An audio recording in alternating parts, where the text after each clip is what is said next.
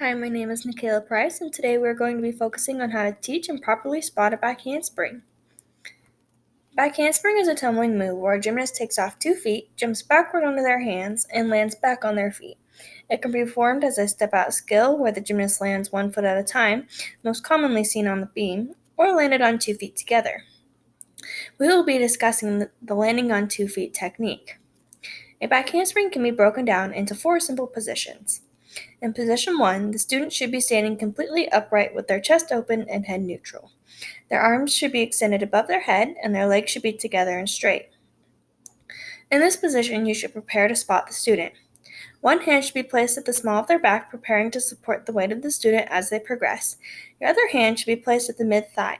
These placements ensure that you will be able to support the weight of the student, prevent them from landing on their head, and promote rotation of the body.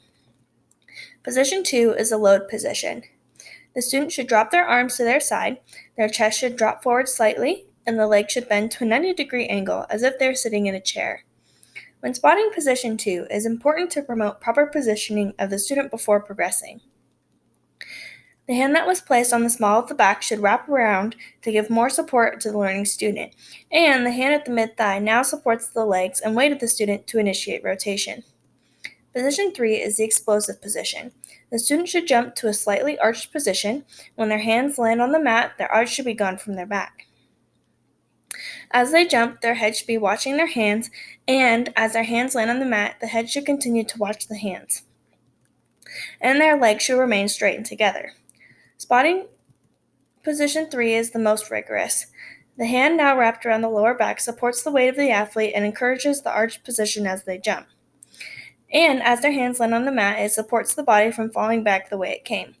The hand supporting the legs is now going to push and rotate the legs over the head and hands. Again, once the hands of the student land on the mat, this hand is now supporting the body to prevent the student from falling back. The finishing position is probably the most important.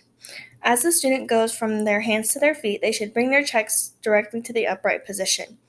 Their feet should land together, and their arms should be straight by their ears. The finishing position does not require much spotting unless the student is struggling to get their chest up. If this is the case, you can grab around their waist and chest area or at their wrist to promote the upward motion of the chest. Here is a full real-time demonstration of one of my students performing a back handspring with a spot.